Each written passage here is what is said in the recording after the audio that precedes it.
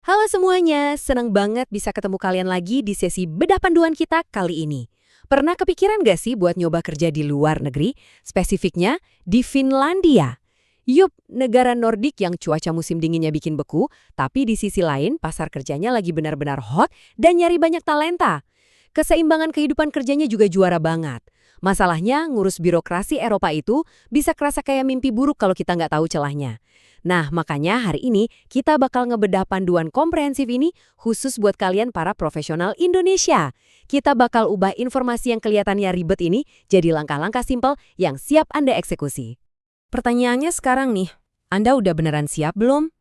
Ngebangun karir di level internasional itu bukan cuma soal angan-angan aja ya, tapi butuh eksekusi yang super matang. Finlandia emang ngebuka pintu lebar-lebar buat tenaga kerja asing, tapi ingat, mereka itu sangat menghargai presisi dan aturan. Kalau Anda emang punya ambisi buat go global, nah Anda ada di tempat yang pas. Penjelasan kita kali ini emang dirancang khusus supaya Anda nggak buang-buang waktu dan energi ngelewatin proses yang salah. Terus kenapa sih kita harus repot-repot ngadepin birokrasi Eropa? Jawabannya simpel, angka. Standar gaji di Finlandia itu bener-bener tinggi. Dan uniknya nih, mereka sebenarnya nggak punya upah minimum nasional secara umum loh. Loh kok bisa? Tenang, upah Anda itu dilindungi dengan sangat kuat lewat perjanjian kerja kolektif di masing-masing sektor. Coba bayangin, buat sektor perhotelan aja gajinya tuh ada di kisaran 2.000 sampai 2.400 euro. Tenaga kesehatan kayak perawat bisa dapat 2.500 sampai 3.800 euro.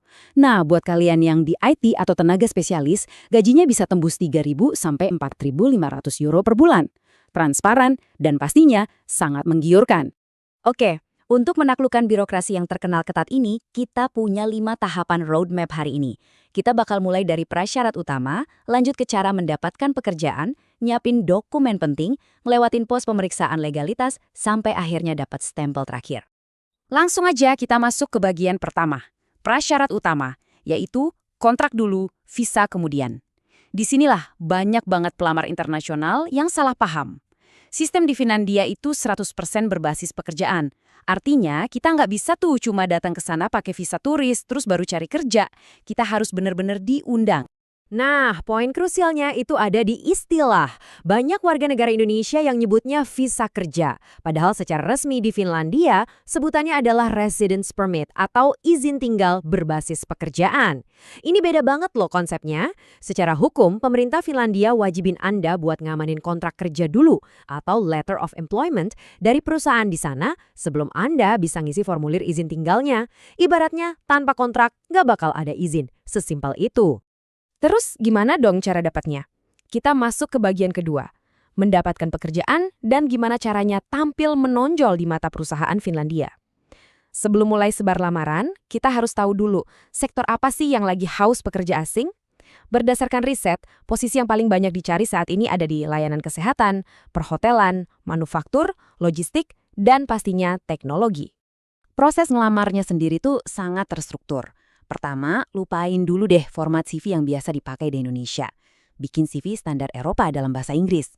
Atau lebih bagus lagi, pakai format Europass. Kedua, susun portofolio dan daftar pengalaman kalian serapi mungkin. Ketiga, proaktiflah ngelamar lewat portal lowongan kerja resmi Finlandia. Dan keempat, persiapin diri buat wawancara online yang pastinya full pakai bahasa Inggris. Kemampuan komunikasi yang clear di tahap ini tuh bener-bener jadi kunci utama buat menangin kontraknya. Oke, dapat tawaran kerja udah, sekarang kita masuk ke bagian ketiga, dokumen penting.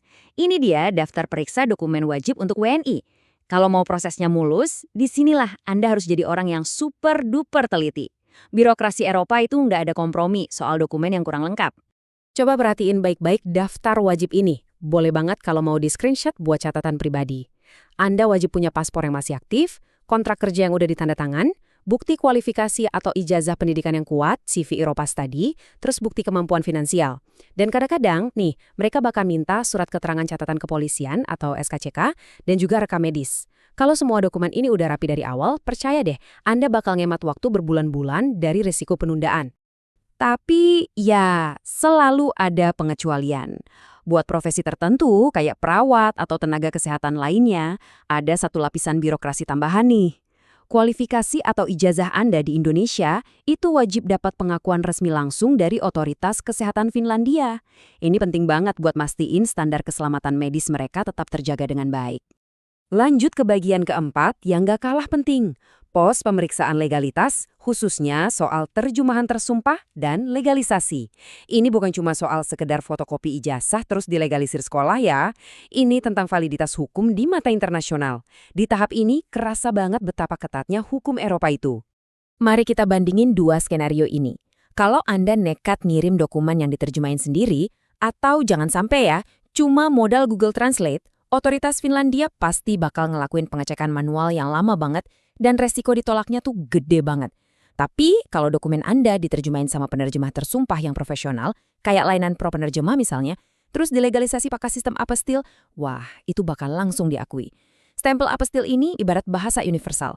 Begitu imigrasi Finlandia lihat stempel itu, mereka langsung tahu kalau dokumen Anda sah secara hukum. Jadi, langkah ini tuh mutlak, nggak bisa ditawar-tawar. Ada kutipan menarik nih dari pedoman aslinya, dibilang gini, semakin lengkap data yang diberikan, semakin cepat proses Anda. Kedengarannya sih klise ya, tapi jujur ini adalah semacam cheat code kalau berurusan sama imigrasi.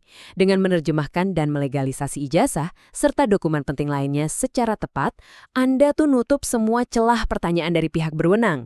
Nggak ada yang bolong, proses pun jadi ngacir. Akhirnya, kita sampai juga di bagian kelima, stempel terakhir, yaitu tahap mengajukan izin tinggal. Pekerjaan udah di tangan, semua dokumen udah rapi dengan stempel terjemahan dan legalisasi apostel yang benar. Nah, sekarang Anda siap buat langkah administratif final ini. Dan kabar baiknya, Anda nggak bakal dibiarin sendirian di tahap akhir ini. Begitu kontrak kerja udah ditandatangani, perusahaan Anda di Finlandia bakal aktif banget ngasih dokumen pendukung buat bantu aplikasi Anda. Kenapa? Karena mereka juga sama ngebetnya pengen cepet-cepet bawa Anda ke sana. Siapa tahu habis itu langsung diajakin nongkrong di sauna khas Finlandia bareng tim kan?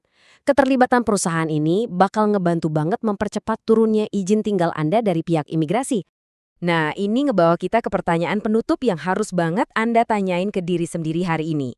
Apakah dokumen Anda benar-benar udah siap buat menjemput karir di negara Nordik? Potensi gajinya fantastis, standar hidupnya juga nggak perlu diraguin lagi. Tapi seperti yang udah kita bedah sama-sama hari ini, jalan ke sana itu dibangun dari persiapan yang super cermat, kualifikasi yang diakui, dan pastinya dokumen yang legal secara internasional. Mulai deh cicil bikin Europass Anda, cek masa berlaku paspor, dan pastiin setiap dokumen siap buat dilegalisasi. Terima kasih banyak udah ngikutin sesi bedah panduan kita hari ini. Selamat mempersiapkan diri, good luck, dan sampai jumpa di pembahasan seru lainnya.